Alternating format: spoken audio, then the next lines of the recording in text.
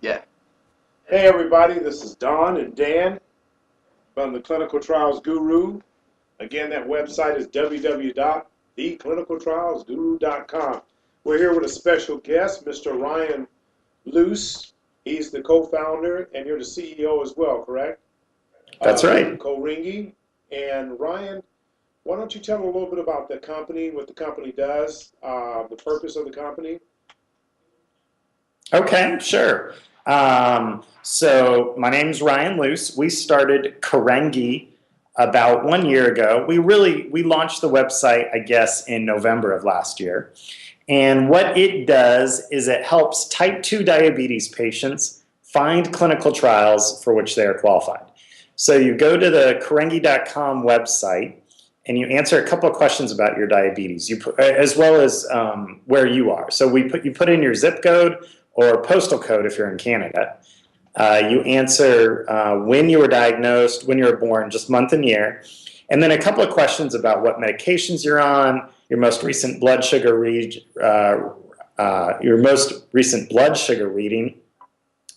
Hit submit, and what we do is we've taken all of the ongoing clinical trials in the U.S. and Canada that we've pulled down from the clinicaltrials.gov website, and we show only those clinical trials for which you might be a possible match. So if you say you're on insulin, we're only going to show you trials where you can be on insulin. Any trials that disallow anybody who's on insulin, we're not going to show you those.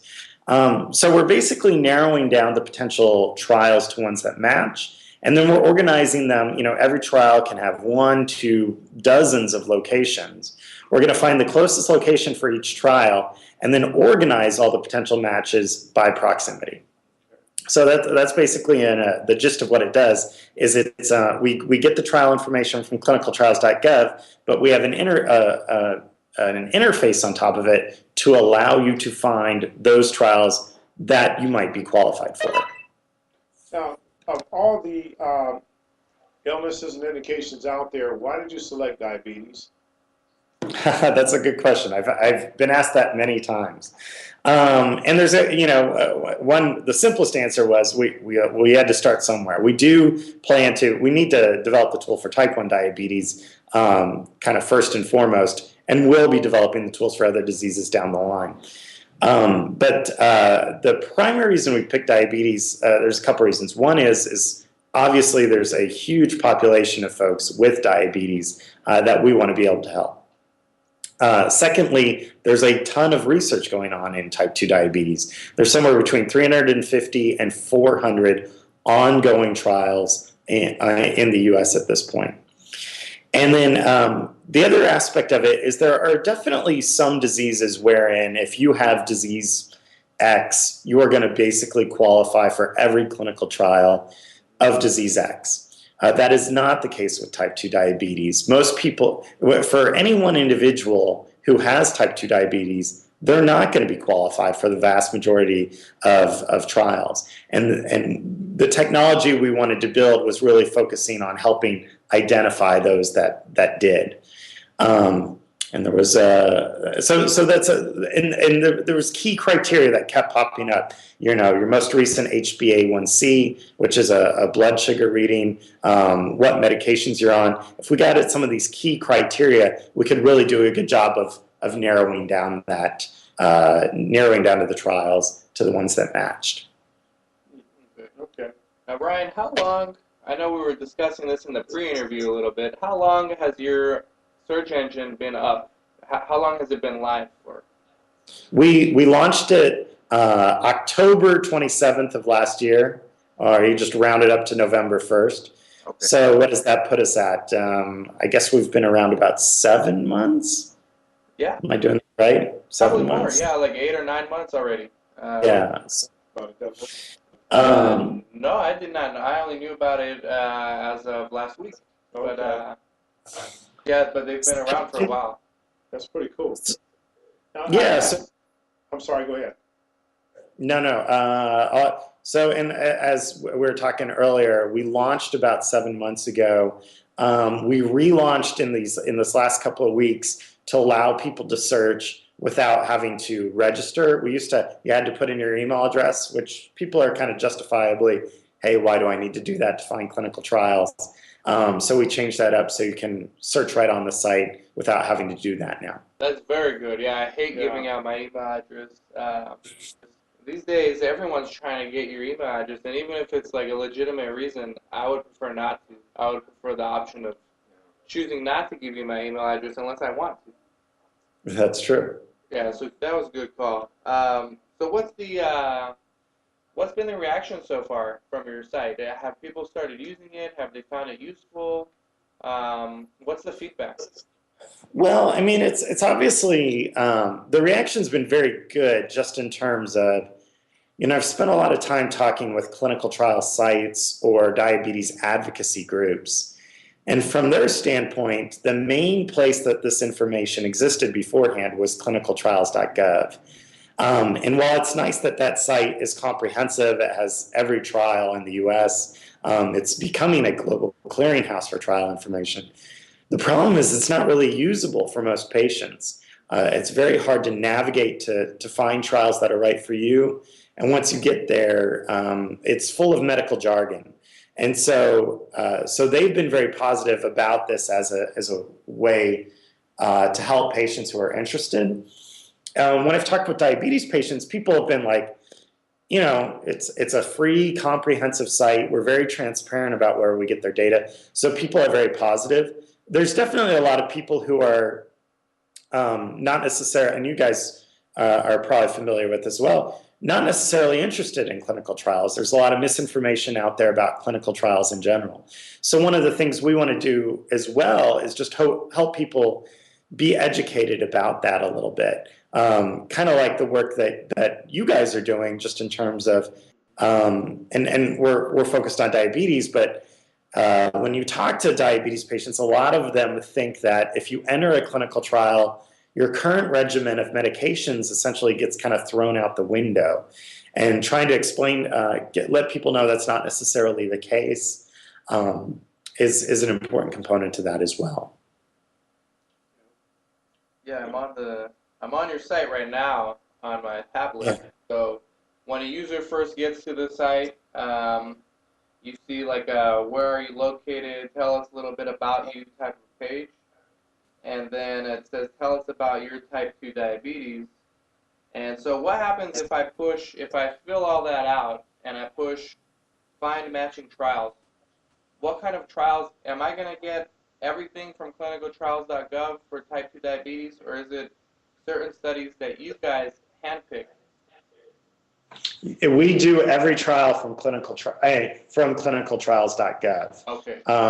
The goal is to be completely comprehensive, and one of the reasons there's definitely we want that credibility in terms of if you right now Joslin Diabetes Research Center links to our site as a resource.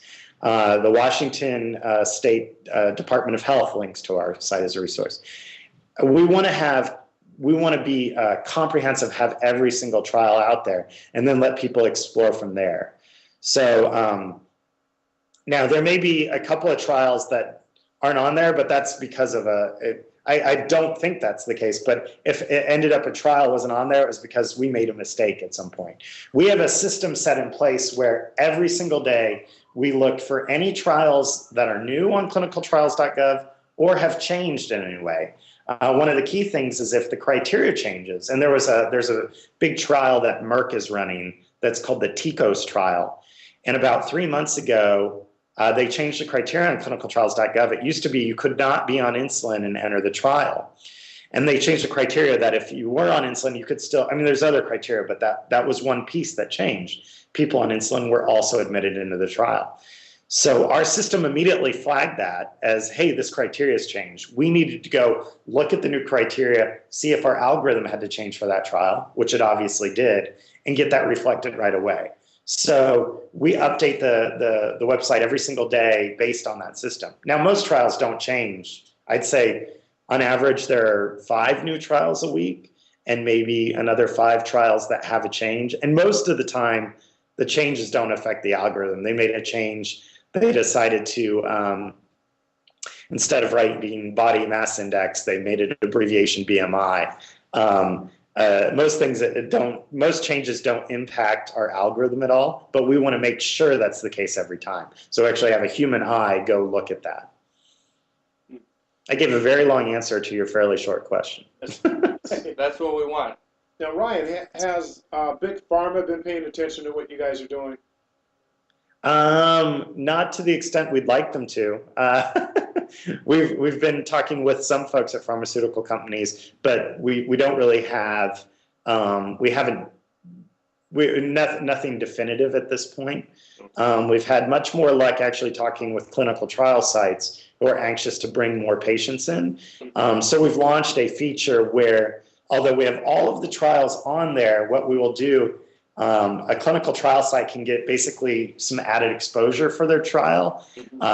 And what's key there is that it's not just an ad to everybody. What it does is it looks for folks who are within 200 miles of your clinical trial site and are qualified for that trial. If they're not qualified for your trial, who cares? I mean, why do you want to? You don't want to promote your trial to that person. And so what we do is we promote their trial, and we also put their logo and a link right to the clinical trial site. So we have about 20 different clinical trial sites. That was also part of the new launch, who are promoting their trials. And you'll only see that if you're in certain parts of the country. We've kind of a smattering around the Southeast, Washington State, Bay Area, of different clinical trial sites that are promoting their trials. So. All right, Brian, is your company a nonprofit? Is it a for-profit? Can you tell us a little bit about the business behind your search engine? Sure. We are a for-profit corporation that formed last year. And when I say that, we are a for-profit that is completely unprofitable at this point. We're highly, highly unprofitable. We know the feeling all too well. It takes time. I think what you guys have is an excellent tool.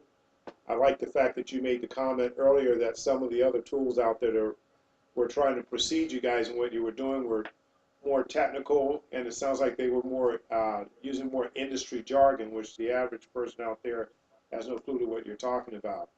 It's kind of and to be honest, we still need to improve on that in terms of, right now what we'd like to provide, and we don't do this yet, is a lay person's description of what the trial is, and just some more, to make it as clear as possible. What we're trying to do is make clinical trials transparent. Yeah. So I understand that too, and I one of the things I've always said is that the best way to build trust is to be able to talk to people eye to eye, and when you're talking from a industry jargon, it's hard to get people to trust you because they don't know what you're talking about. Yeah, and frankly, my previous job, we did some level of clinical trial recruitment, and we also did a lot of direct-to-consumer marketing and market research. And the pharmaceutical companies who are sponsoring, obviously, a lot of these trials, I mean, they are somewhat handcuffed in terms of what they can say. Yeah, of course. There's just a lot, and that's across the board, whether it's clinical trials or just talking about their drug. It's amazing. It is amazing how much people hate drug ads. And part of it is because they have to be structured the way they are. That said, pharmaceutical companies and other people in the industry could do a lot to try to be more transparent about that. Recognizing it's tough from a regulatory standpoint, but to figure out ways to better educate people, because people are anxious for this type of information. Yeah, not to, we don't mean to rag on pharma, but there's a huge difference between the... So it's so easy. I mean, I was reading something the other day, I think it was from the book called something about storytelling, like Tell to Win. I think the name is called Storytelling to Win by Peter Gruber.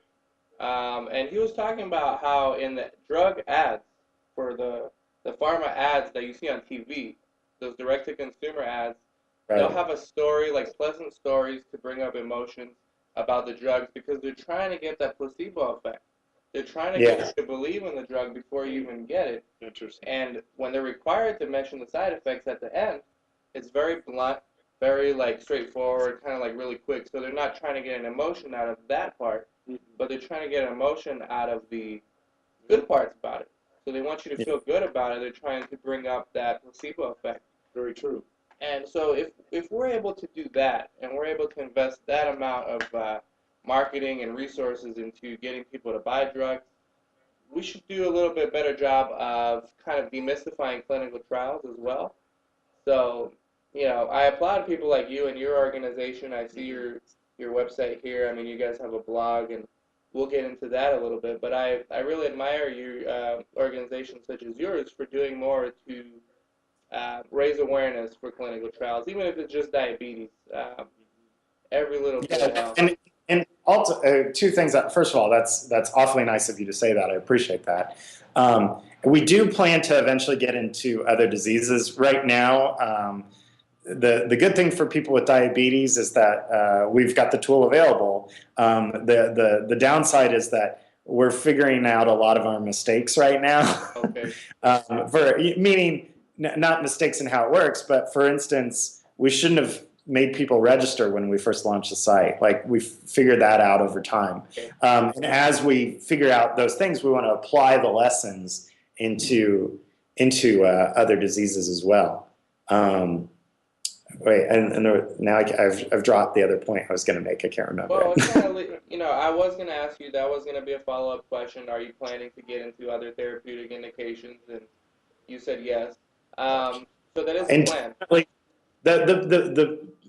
The place we need to do it most right now is type 1 diabetes. Especially, we've done a lot of outreach with the diabetes community. So there's an organization called Take Care of Your Diabetes, which is a spectacular organization actually out of San Diego that does conferences and education all over the country. I really recommend anyone with diabetes to check it out. And so they're kind of like, okay, this is great for type 2. Why don't you have type 1? American Diabetes Association feels the same way. Joslin Research Team. And then when you talk to patients, they view themselves as a community, even though type 2 and type 1 are treated a little bit differently. And obviously they're fairly different in terms of how clinical trials approach them. There are some trials that will accept both, but that is generally not the case. That said, we need to bring that in. We're trying to. It would be easier to say, hey, we're a source of information about diabetes clinical trials instead of adding the word type 2 in there. Right. And then we're also looking at other chronic diseases. We're also looking at people who are interested in partnerships. So advocacy groups, other peoples that are interested in that, and kind of figuring out where to go next. The platform, though, it's actually very the technology's all set. So to build out in arthritis, for instance, is actually fairly straightforward. The larger challenge is, okay, well, that's another community and group of individuals that we need to go engage with. So it's the marketing and business development and outreach that is more challenging, actually, in a lot of respects than the technology. Right, and I was going to get into this as well, the importance of a blog in this new era of social media and content. How important was it to have your blog, and did you have your blog? Was it always part of the strategy to have your blog and then have the search engine, or did one come before the other? How did that work out? No, we basically launched them at the same time. I had actually thought of launching the blog first, but we didn't get that sort of set up. And what we try to do on the blog with different levels of success is to be a clarifying source of information about diabetes research. Now, sometimes we bring in just some other general diabetes stuff, or we try to make it somewhat interesting. We try to make it somewhat funny if we can. I think that's an important component just to make it kind of entertaining. And we've had different levels of success. Looking at it now, how I'm scrolling through the blog.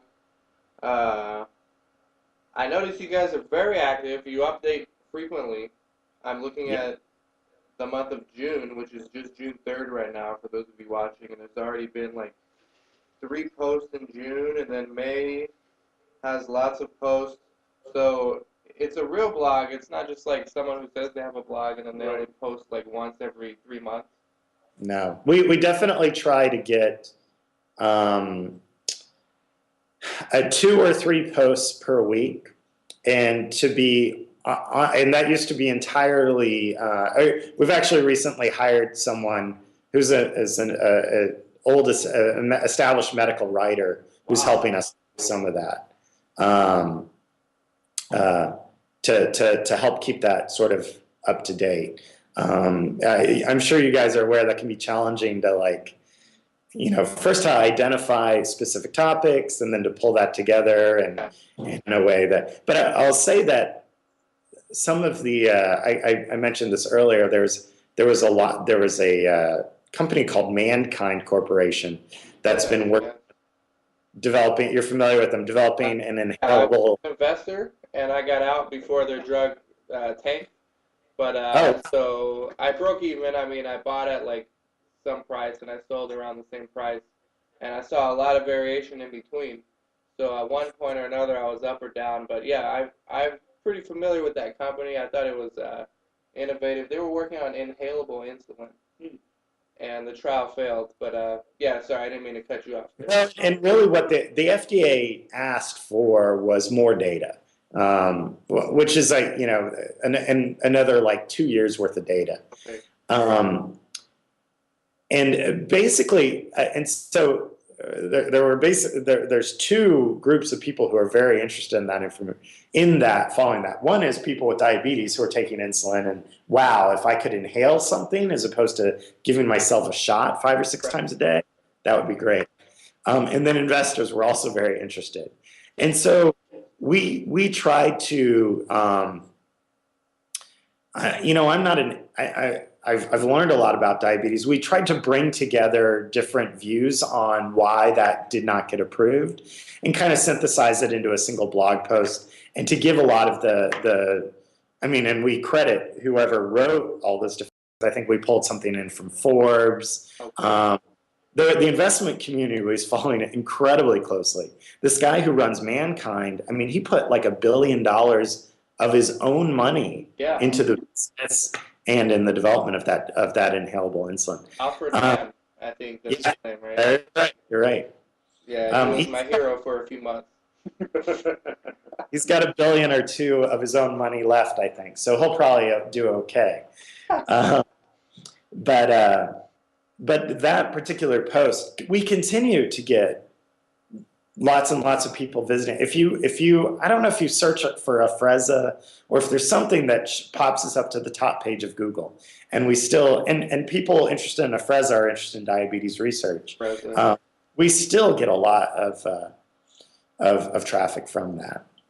See, all it takes is like one article to get a lot of attention. Do you remember what month that was written in, that post? I think it was in January. January. Yeah. So, yeah, my next question was going to be, how many writers... I'm going to find it here. As I'm looking, I was going to ask you, how many writers do you guys have?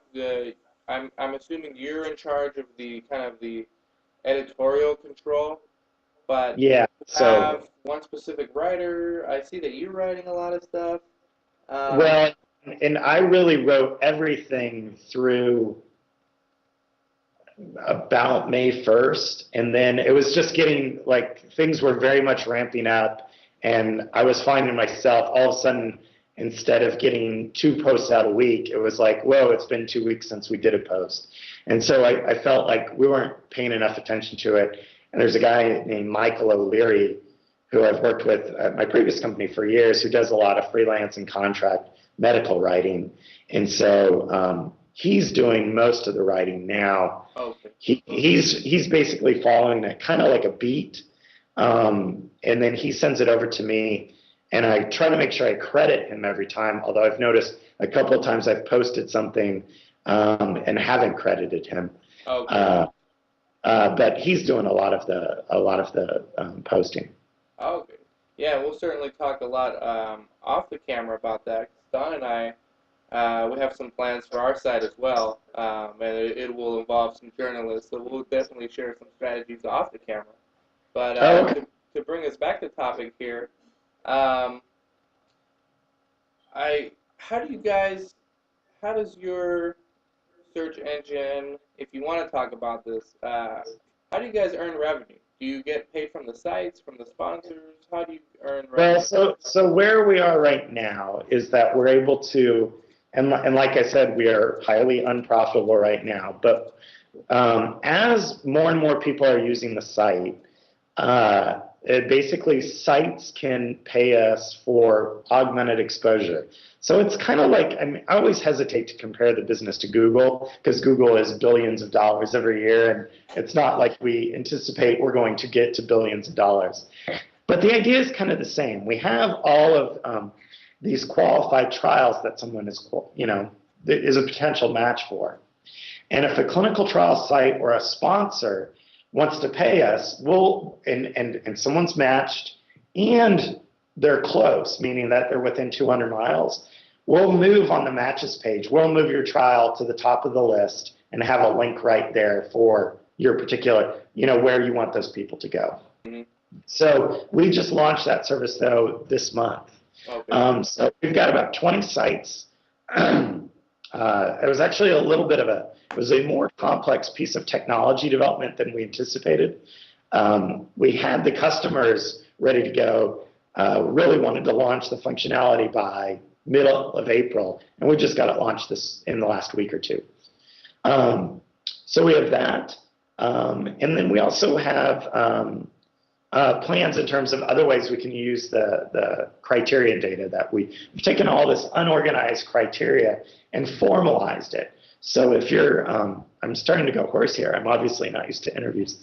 You're going to offer me some water? I was offering water before, give it to you. We're not too Should far have away got my- from where I could fax you a water. Yeah, that's right. Can you text me one? Yeah, we're not too far removed from that. Maybe in 10 years. Okay. So we've got some other ways that we are looking to use that criteria to help people understand as they're planning trials, what other trials are going on, sort of across the country. Okay. But that's all pretty, that's still on the chalkboard. In the meantime, trial sites or sponsors, we're looking to connect, in some respects, their trial is on the site, regardless of whether or not they pay us. What they can pay us for is better visibility, better connection with those patients. But we're not putting up artificial gates wherein, oh, hey, here's a trial that you might match, but we're not going to tell you who it is unless that person's paying us or something along those lines. All this information is on clinicaltrials.gov. We want to make our site more useful than that, not less useful. Yeah, we use, so far, we still use Clinical Trials as our search engine on our website. Yeah. But we'd love to partner up with specialty sites like yours, and there's another one called Clinical Trial Select. I think, because those are a lot more user-friendly. What I like about yours, and correct me if I'm wrong at any time, but it's very user-friendly. It's meant to be very simple process. And for the person to find the study. Is that right? Is that ultimately what you're trying to do? We want to make it, there's kind of 3 steps, and we've only done the first step. One is helping you find trials for which you're qualified. Secondly, we'd like to help you understand what that trial's doing in layperson's language. And then thirdly, we'd like to better make that connection so that, and right now, even that is a little bit harder. I mean, we're providing the same contact information that's on clinicaltrials.gov, but we're thinking of different ways we could connect people either directly to the sites or to the sponsors themselves. Okay, that is that's there's a lot of opportunity there. There's a lot of people. There's 20 million Americans every year in a clinical trial, And Oh, there's, I really? don't know how many more that like search for trials, and they may get frustrated with clinicaltrials.gov, or if they even know how to use that. We've ran across so many that just don't know how to use that. And then you've got the other problem where clinical trials are just so mysterious, and Don always brings this up, and you can talk about it a little bit, is the whole jargon, industry jargon. Yeah. And, I mean, you were just telling me a story today about industry jargon. Yeah, I'm trying to remember which story that was. The one with your buddy who, he's used to talking like, Oh, yeah. Yeah, I have a friend who's a surgeon, and he was involved in a legal situation. And when he got in front of the courtroom and he's talking, he's used to using, he's used to lecturing doctors and talking to doctors. So he's talking from that perspective at that level. And the juror looked at him, and this guy's can't get more honest than this guy. Yeah. But because the jury wasn't sure what he was saying, they didn't. Yeah. And it almost cost him the case. Wow. Yeah. So it does make a big difference. And that's Yeah. I think what we're doing. It is new, and it's new to this industry. Yeah. I think that Dan and I have talked about it. There are a lot of people that are afraid to take the steps that we're doing in this industry, to get out there and really bring things down. I'm sorry. And to give and definitely the industry has a ways to go. I will say, when I was at the previous business I was at, which is called Nexcura, in 2000, 2001, we were starting to talk about recruiting people online for clinical trials. And at that point, the industry was like, no, you can't email someone about a clinical trial. You just can't market that way. And so they've definitely improved a lot since then. But they're still just far behind. Oh, absolutely. What's that? No, I was saying absolutely. I agree with you. So there's an opportunity to help kind of move forward. Absolutely, I agree. For those of you who are watching, we're going to have links to the blog. It's called Karenji. How do you pronounce it, actually? Karenji. It's a made-up word, so you can pronounce it almost any way you want. Okay. I usually say Karengi, which is even doubly confusing because it stands for Clinical Options Research Engine. So COR, and then ENGI or NG. So I don't care how folks pronounce it as long as they just come visit. There you go. And for those of you who are curious how it works, we're going to have the links on here. 5 minutes to find clinical trials. They've got a video tutorial. You guys probably can't see it, but you'll see it when you click on the link. You fill out a short questionnaire, review potential trial matches, and then contact the trial that's right for you. How does that step work? Do you put the site number there? We put the same contact information that is in clinicaltrials.gov. Okay. And so which isn't always that great. No, it's not. So we're looking at ways of improving that. That's one aspect of when sites come to us to pay to promote their trial. We put in the link directly to their site. So that might be their online screener or directly to their own web page where it has just their regular phone number because it's local, or their 1-800 number. But we're actually trying to think of ways we can improve that a little bit. Yeah, that would be best. Probably putting the local site. Maybe you can have them be placed at the top and have their direct number. Because we've used this for our day job at South Coast Clinical Trials. We do business development where we try to get new studies for our sites. So we use clinicaltrials.gov a lot, and half the time there's no real contact number. There's just like a 1-800 call Pfizer, and we can't get anywhere with those. But the other half of the time there's a medical director, and we can get a hold of him or her. Right. Yeah. On some of the trials, there's not even a 1-800 number. There's just like an email address. Yeah. Those are even worse. We've helped Yeah. No, it really is challenging. So I think Yeah. I'm excited about interviewing people like Ryan and like Etienne, who we've had on before. He's the CEO of Clinical Trial Select, because they're trying to make it easier for people to find studies. Because so many times we get asked all the time, through the blog, hey, help me find the study. And so I use clinicaltrials.gov, and half the time, they have no way of contacting anyone. So it's like I have to go out Yeah. of my way to email somebody or just give them an email address. So from now on, I'll start referring them to sites like yours and like Etienne, because it's a lot easier for me to just have them go, hey, go to Karengi if you have diabetes, because you can find a study a lot Gotcha. easier. Yeah. Well, thanks. And Ryan, we will definitely talk off the camera. Is there anything else you would like to add?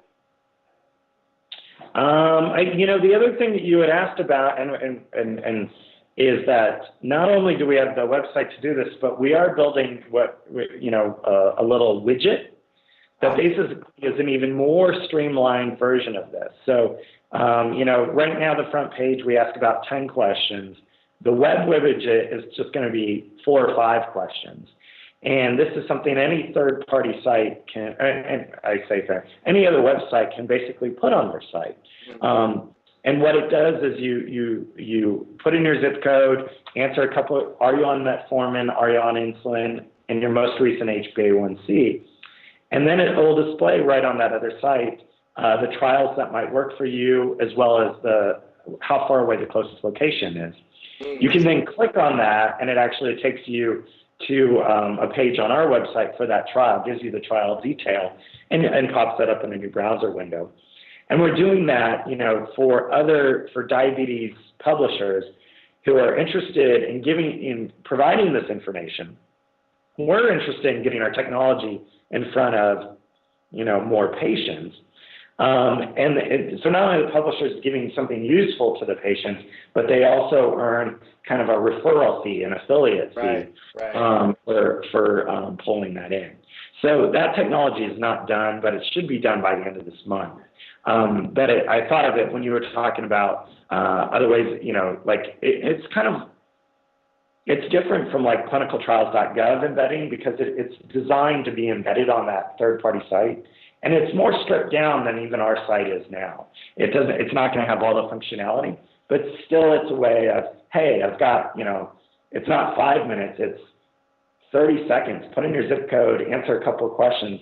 You know what? There's a clinical trial that might work for you 5 miles away, is kind of the thought. So, do you see, as you start branching out into other therapeutic indications, I'm assuming that's part of your plan for the future, other medical conditions outside of diabetes? Yeah, definitely. What those are, I'm not sure. We're looking at a whole bunch, almost any sizable condition. We're not going to, just by virtue of the numbers, we're not going to do something incredibly rare or something like that. But we're looking at a variety of cancers. We're looking at Alzheimer's, arthritis. The timetable on that is really uncertain. It kind of depends on engaging those types of communities and seeing who's really like, yeah, we definitely want this. So we've got some learning to do there.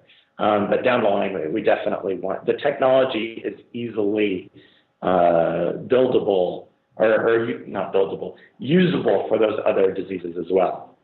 The one thing I am a little bit, we'll shy away from diseases where there isn't much differentiation between the trials, at least initially, meaning like if you have disease X, you're qualified for pretty much every trial with disease X. In that case, I don't feel like our functionality is that useful, because you're qualified for every trial of that type of disease. So we'll stay away from that, I think, initially. Well, we thank you very much for coming on the program, Ryan, and stay on the line. We will talk to you. Once again, it's Ryan from Karengi.com. Yeah, and if anybody wants to email, it's Ryan, R-Y-A-N, at CORENGI.com. Feel free to shoot me a question. I'll try to answer.